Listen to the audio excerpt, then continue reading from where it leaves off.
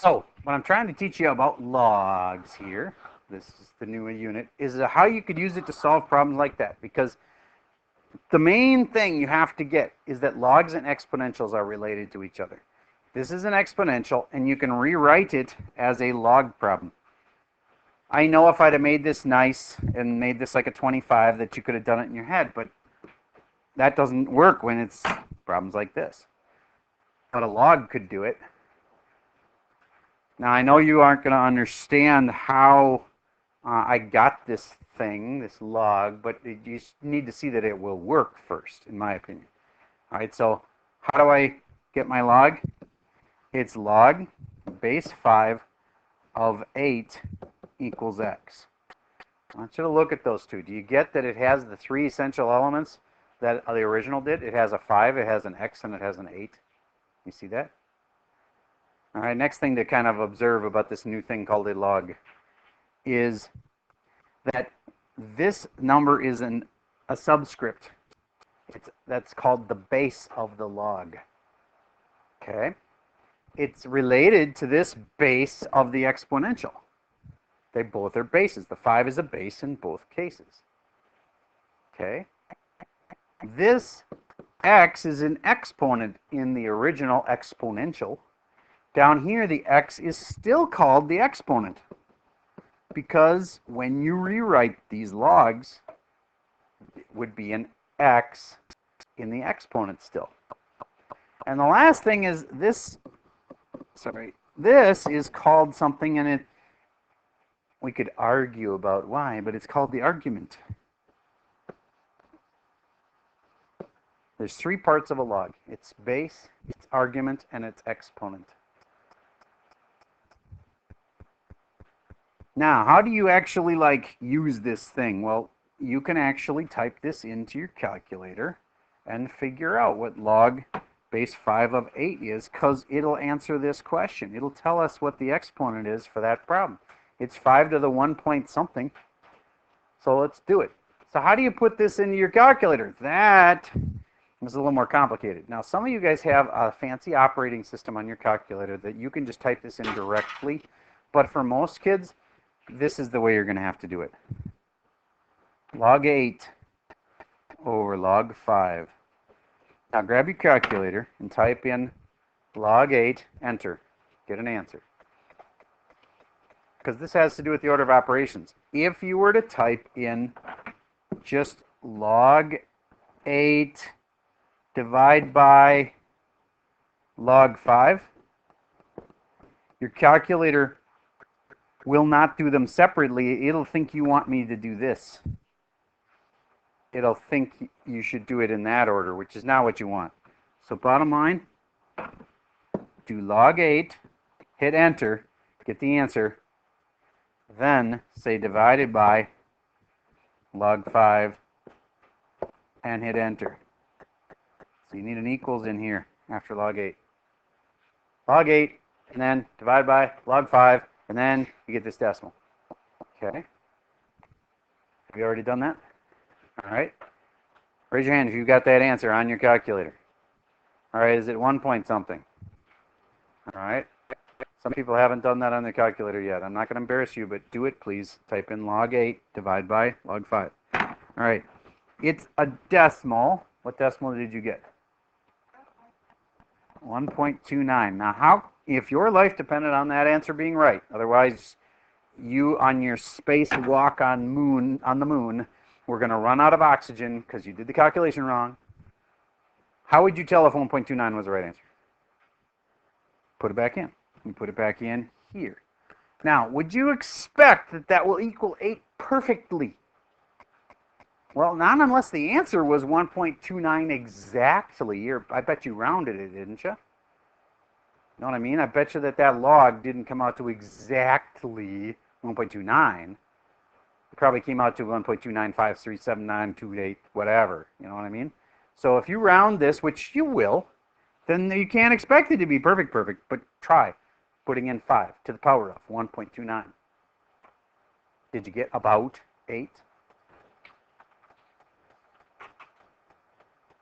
All right. It should have worked. So let's see if you actually learned something right there. 6 to the x equals 36, that'd be easy. But how about 6 to the x equals 10? First, who can follow the pattern that I did before and tell me what log this would be? Log base 6, yep, because that's the base, and this is the base.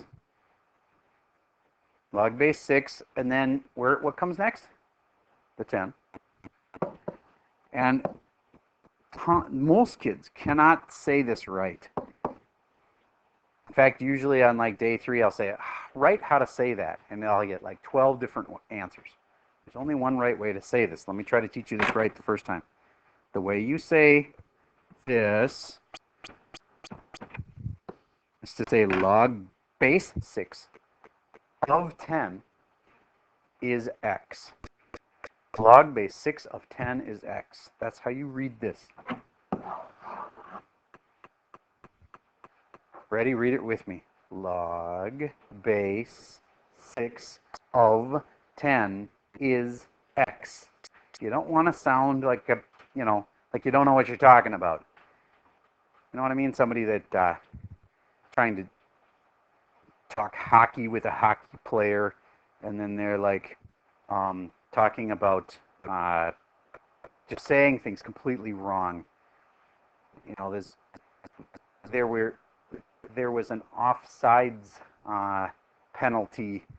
Well, maybe that's not how you should have said that. You might sound funny saying it the wrong way. In football, there was what's a thing I hear people saying in football, and it sounds so dumb. Well, anyway, I don't want to make people feel bad about not knowing different sports, but for math anyways, it happens all the time. I'll hear things like log 610, that doesn't mean anything. Okay? Or log, even if they get the base, they go log base 610, and they don't know what to say about the 10. It's not that complicated. Just throw in the word of. Log base 6 of 10. If you can say that part, you're good, because after that, it's like everybody knows how to say equals or is x. So log base 6 of 10. All right, so how do you put this in the calculator again? If you have a calculator that can just type this in exactly, go ahead. But if you don't, then you should type in log. Which one goes first? It seems like 6 should go first because it comes first, but it doesn't go first. The way I'd like you to think of it is this. Think of this as like you got a top and the bottom. And you got to do log 10 divide by log 6. Log 10 divide by log 6. And yeah, somebody noticed this already as they typed it in. Log 10 came out nice. What is log 10? 1. Good. All right. Next, you might have noticed that this original one I wrote had a base of 6, but then these that I wrote didn't seem like they had any bases at all.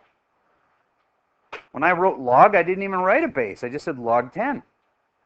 If I don't write the base, that means it's got the most common base. It's kind of like, remember with the square roots? Remember when you had a square root like this, and after a while, we started writing them with a little 2 there? Square root of 16, we'd write a 2 there, but do you get, if you don't put a 2 there, then it assumes you mean 2, even if you don't put it there. You hadn't caught that from last chapter. That was a thing. That's square root, so is that. And you weren't used to, when you learned this the first time in middle schools, they never put the little 2 there. Okay? But it was there. It was just that you didn't have to write it because it's the most common kind of root that there is. It's called the common root. Well, I'm kind of making that up. This is called the common log, and that is base 10. You almost always use base 10. Your calculator, when it just has a log button on it, you know what I mean? You look at your calculator's button, it just says log, right? It doesn't say a base. It's base 10. It's automatically doing base 10.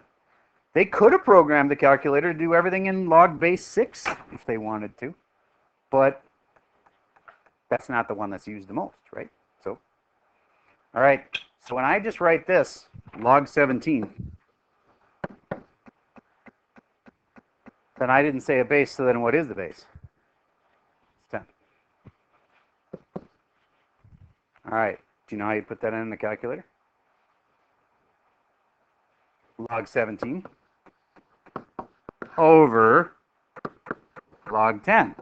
But have some of you got a short-term memory? What was log 10 again?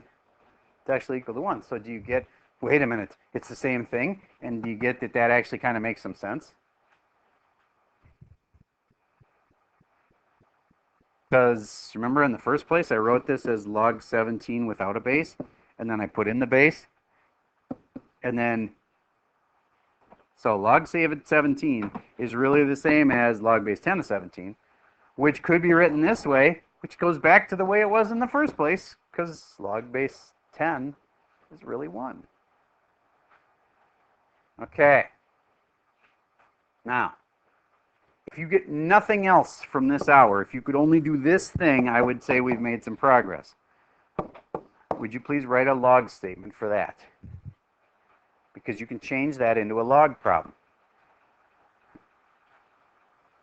You might be thinking, why is it even any better?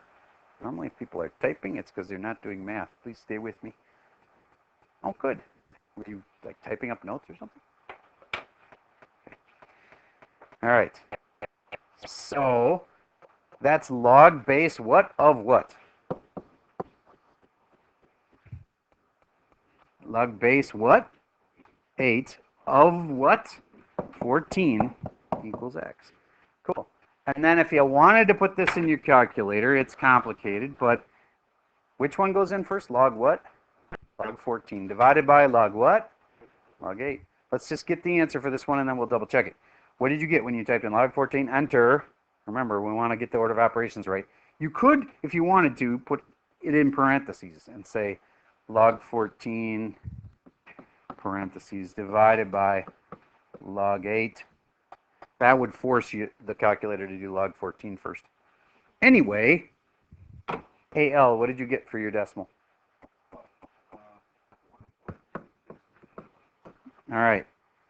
Let's use all those digits. Everybody try taking 8 and putting it to the 1.2691 power. And I bet you'll get really close to 14. But I bet you won't actually get 14. Unless it's so close, the calculator actually rounds it to it. Tell me, is it a smidge over 14, or does it come out a little less than 14? 13.9-ish? Okay. All right. See what I mean, though? This was rounded, so that's why this isn't coming out perfect, but that's okay. All right. What if you wanted the perfect answer? Perfect answer isn't 1.2691. It actually goes on forever. So the perfect answer is that in red right there. This is the perfect answer. It's not rounded, and it's perfect. Okay. So next thing is, can you go the other way around? What if I said this? Log base 3 of 9 equals x. Can you rewrite that as an exponent problem? Something to the something equals something.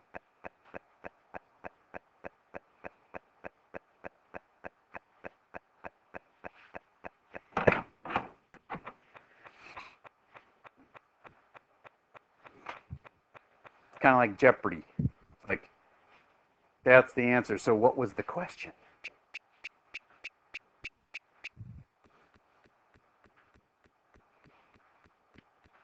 The question would have been, well, okay, I want something to the something power to be equal to something, right?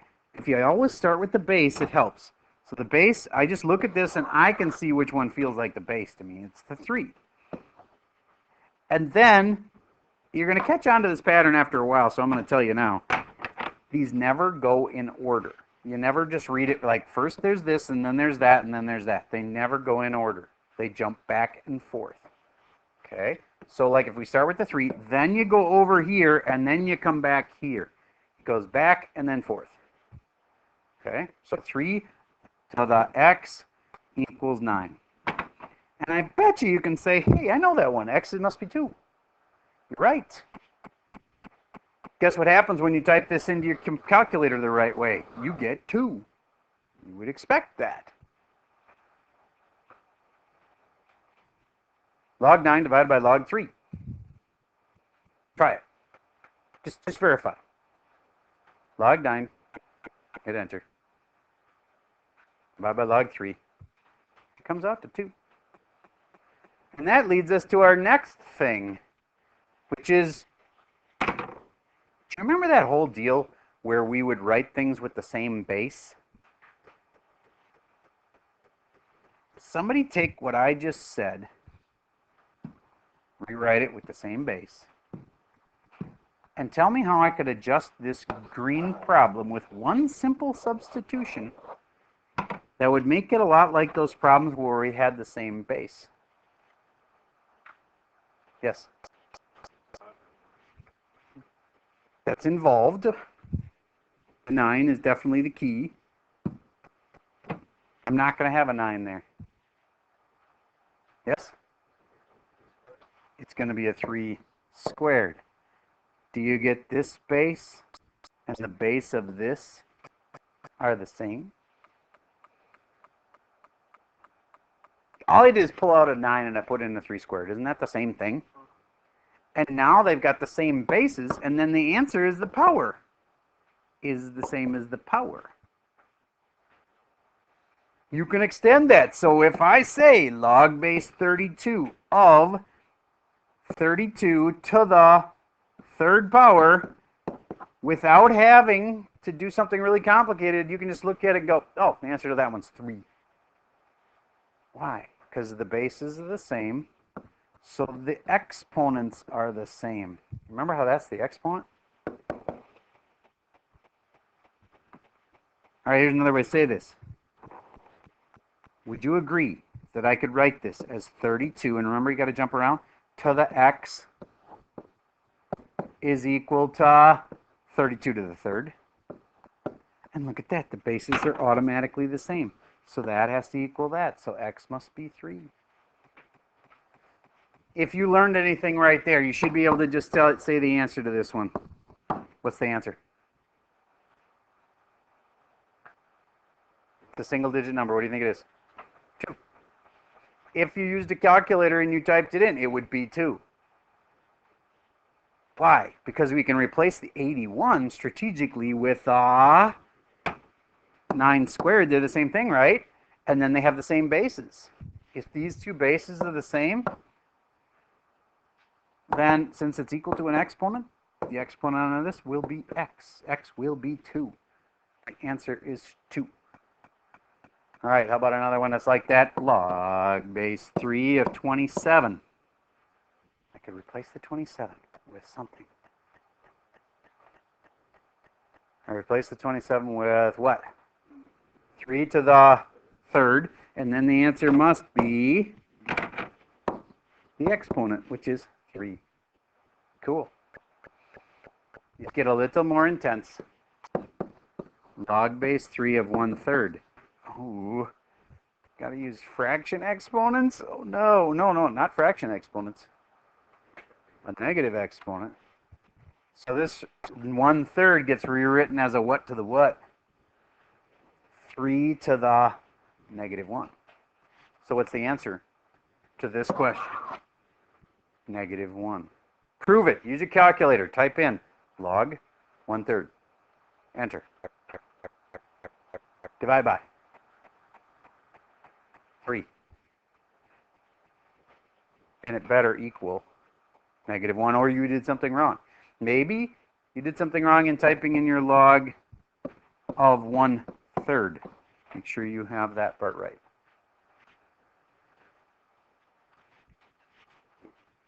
If you did it right, it came out to -1. How many actually got -1 for your answer? Okay, good. All right. So there, I've walked you from the simplest stuff to the hardest stuff on logs. That's not the hardest ever. That's day one of logs. Okay, but I want you to see where logs are used. They're used in decibels. So, have you ever heard of decibels, for instance? All right. So, kind of ironic to be talking about hearing about decibels because it's about sound, right? And sound has an incredibly large range. If you think about it, the quietest thing you could possibly hear. Imagine for a moment that you were in an incredibly quiet place. We don't have many of those. Like in your house, oftentimes like stuff's running, like the anything. There's so many things. Like even a clock can make some noise, and your fridge is making some noise, and your heater's making some noise. Like right now, we have that univent running in the back of the room, constant white noise going on. But when you get to complete silence, monks say they can hear grass growing. Isn't that a weird concept? Or a fly scratching its wings. Like they rub their wings together. Okay, so there's incredibly quiet sounds you can hear. This is kind of a weird concept for me. It's such a wide range of sound that there are sounds that are so loud that if you hear them, you will instantly go deaf and will never hear again. Isn't that a weird concept? Normally, if you're that close to something that loud, it's because you just got killed in an explosion. But imagine it was just a noise. Like you got that close to a jet engine, like you were that close to something that loud. You'd hear it, and it would instantly destroy your hearing, and you never hear again. Okay, so there are sounds that are so loud that they would make you deaf. And then there is sounds that are so quiet that you can barely hear them. One of the moments that's kind of cool is right now you are superior to your parents, period, in hearing. Because unless your parents have some kind of superhuman powers, they have lost just a little bit, not all their hearing. It's not like, what? That's grandpa. I'm talking about your parents have lost some of their hearing. They're not going to be as sharp as you. You got that still. Now, those of you that listen to your headphones really loud, you might have already damaged your hearing enough to be as bad off as your parents. But with your youth, generally speaking, you can hear things way better. And way, way, way better than like a grandma or grandpa. And if you had one that was in the war, a lot of times they heard incredibly loud noises, and that means they're going to go deaf way quicker. So if you had like a grandpa who was a warrior, when you're standing next to a tank that fires its gun, or if you're standing on the deck of a ship that fires its gun, it is deafening. Like literally, it doesn't deafen you instantly, but incredibly loud noise. So, yes. There's some rooms where like Mm-hmm. and then you can hear your heartbeat. Yeah, I was going to say the same thing. Yeah, you can hear your heartbeat in a super quiet room. And we, again, we live our lives in a little bit of constant noise in the background. And it's kind of freaky, actually, when you get complete silence. All right, so anyway, the logs are used for decibels. Why? Because there's a huge range, and it can narrow it down to a 1 to 10 scale. Same thing with pH. There's things that are incredibly acidic, and there's things that are incredibly basic. Acidic kind, battery acid. I'm sure you've all heard that battery acid's really acidic. There's other kinds of acid that are even more acidic. Heaven forbid you get some on your skin, it'll just melt your skin. And acid is obviously the one side of the scale. What's way on the other end of that? Base. And bases are super, what? Well, you don't say acidic. They're super basic. Okay? Can that be bad too? Oh, yes, it can. Especially if super acidic things get mixed with super basic things, then it can cause poisonous gases to result. So these two ends do not want to touch each other. Well, they have a 0 to 14 scale on pH. And some things are really acidic that you wouldn't think, like, for instance, pop, soda. Soda is super acidic. In fact, it's so acidic that if you were to take out a tooth, let's say the dentist extracts a baby tooth because they just weren't coming out on their own, you take that tooth, you put it in a cup of any kind of pop. You don't have to flame like Coke versus Diet Coke versus whatever, any kind of pop. You let it sit in there for like 4 or 5 days. It'll be half dissolved. In like a week, it'll be gone. Like the tooth will be gone because it just melts in the acidity. And teeth are pretty strong, you know that. I mean, they're capable of chomping really tough things, and yet they just melt to acid. So anyway, this is an incredibly big range, but they simplify, logs do this, simplify things down to a nice range of simple 1 to 14 when there's actually a gajillion things in between. What do I mean by that? Every step you take on this scale is a factor of 10 different. Like an 8 to a 9 isn't just one different, it's 10 to the 1 different. The one I think you'll understand the best on that is the Richter scale in earthquakes. So you've heard of it was a 6.7 earthquake, right? That's on the Richter scale. That's based on logs. And then you got somebody who has a 7.7 earthquake, and they say, yeah, ours was way stronger at 7.7, and you're like, 6.7 compared to 7.7, that doesn't seem way stronger. It actually is. If you're 1 different on the scale, you're 10 to the 1 different. Remember the whole base 10 thing? You're 10 times bigger. So a 6.7 compared to a 7.7 on the Richter scale, 10 times more violent. So let's extend that even further. You have a 6.7 on the Richter scale, which seemed pretty strong, and you go up to a 9.7. What do we skip over? 7.7 and an 8.7. This was 10 times stronger. This is 10 times that, and this is 10 times that. So it times 10 is 100, times another 10 is 1,000. That's 1,000 times stronger than that.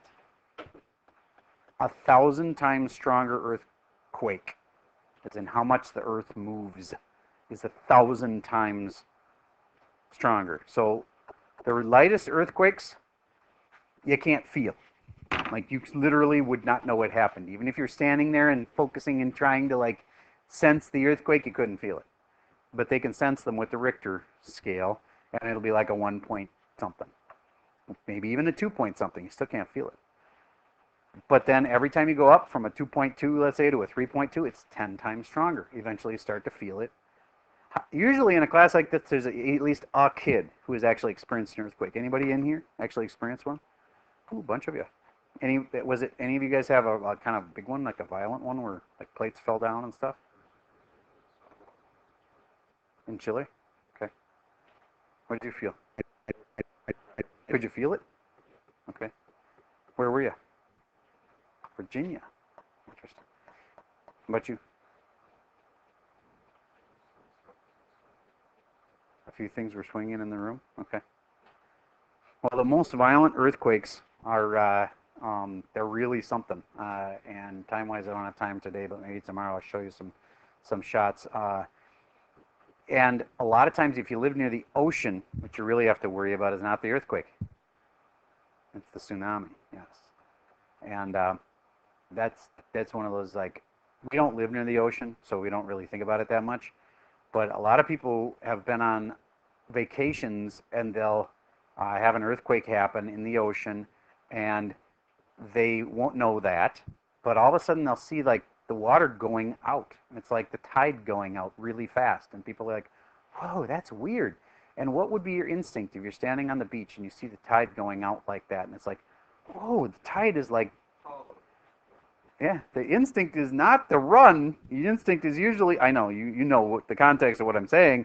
That's scary. But people are like, this is really cool. The water's just receding. And there'll be fish flopping around. And they'll be and so people will walk out into the ocean and go, ooh, I can see there's little crabs, and it's really cool. It's a once in a lifetime. And then all of a sudden there's this wave coming, and the water pulls back, and then the wave comes in.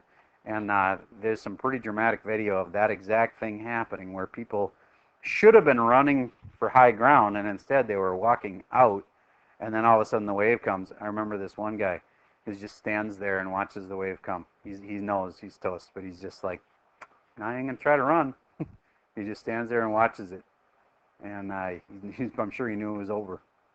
So anyway, So we don't have to worry about that, but don't think we won't have to worry about an earthquake because did you know Minnesota is actually on an earthquake fault line? It's just a dormant one that's been dormant for like 400 years. I want you to think about that for a second. Is 400 years a long time? Not in Earth terms. Okay, so could it act up again? Absolutely.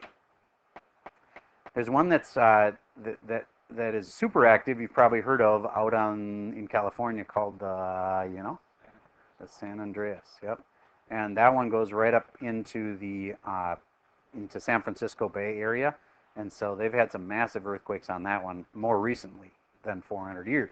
But they're thinking that the big one, which might be something like this, like in that 10 neighborhood, could happen. And we're talking like so big that scientists say that it could, I know it sounds like a science fiction movie, but it could break off a chunk of California and create like a new bay. Like you could have part of California go away or at least go underwater as a new bay would form in like overnight. Can you imagine the tsunami that could come out of that? Can you imagine just the incredible loss of life and destruction? Incredibly powerful events. So anyway. All right, so earthquakes are part of logs too. So the point is, you've heard of the base scale, you've heard of decibels, and you've heard of earthquakes. They all have to do with logs. Every one of them wouldn't exist without the log function. And you're going to get good at them. All right, so let's get to a typical question for today. Let's get to the typical questions right in here. And if you haven't already forgotten, this is log base what? 2 of what? 7. And notice I had to go over here and then back over here. All right, how about this one? Log base 4 of 9. Good. And if you had to put it in your calculator, you'd go log 9 divided by log 4. All right. So, what if we just had letters? That's one that freaks people out sometimes. X to the y is equal to z. Ugh. And it's log base x of z. Notice we never go in order. Equals what? Y. Okay. Starts here, goes over here, comes back here. It always loops around. Okay. So, I think we're ready to actually, I'm just going to make sure there's no other concepts here. Remember the argument is this part and the base is that part. Okay, so the argument of this one's 8, the base one's 2. The argument of this one is 27, and the base is the 1/3. And don't forget that 25, all that exponent stuff we just did is going to come back. Square root of 25 is 5. You could also have said that as 25 to the 1/2 power. Don't forget your fraction exponents. All right. And so let's say that you had to get this answer without using a calculator. Then we want to make their bases the same.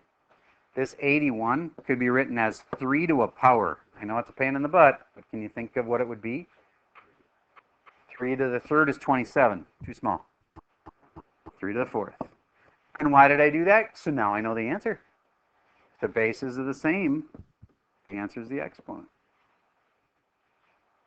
The answer is just 4. How about this one? This really freaks people out. Log base 8 of 1.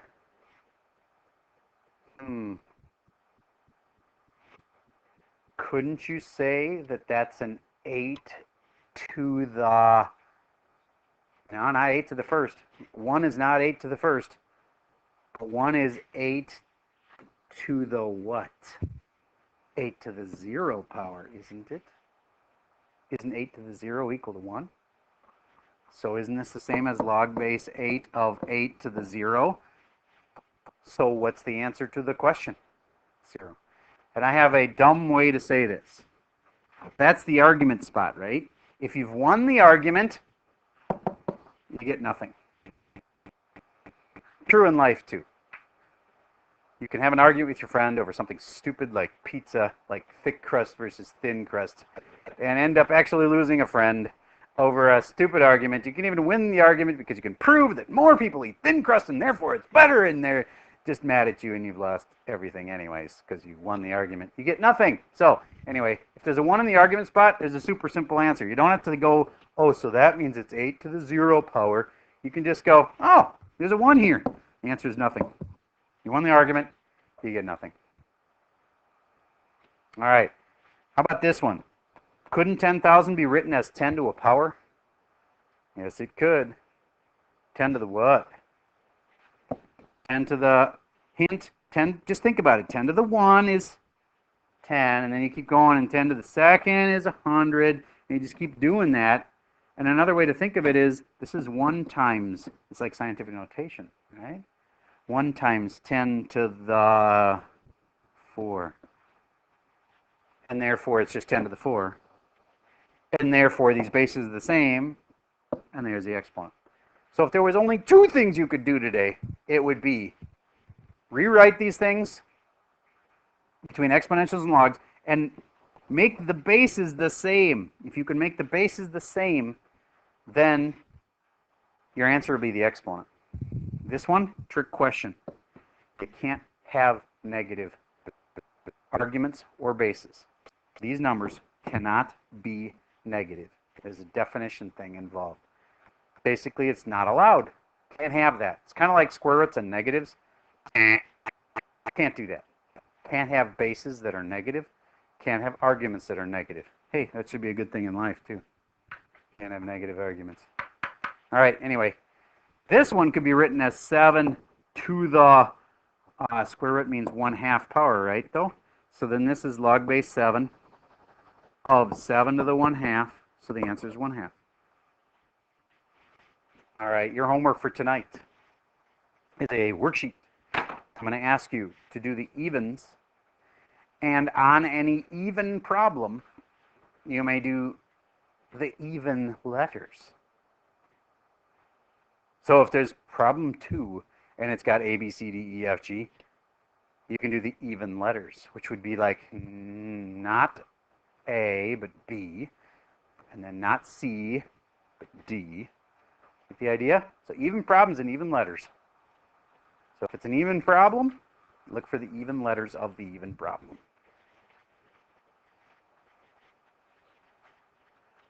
Okay.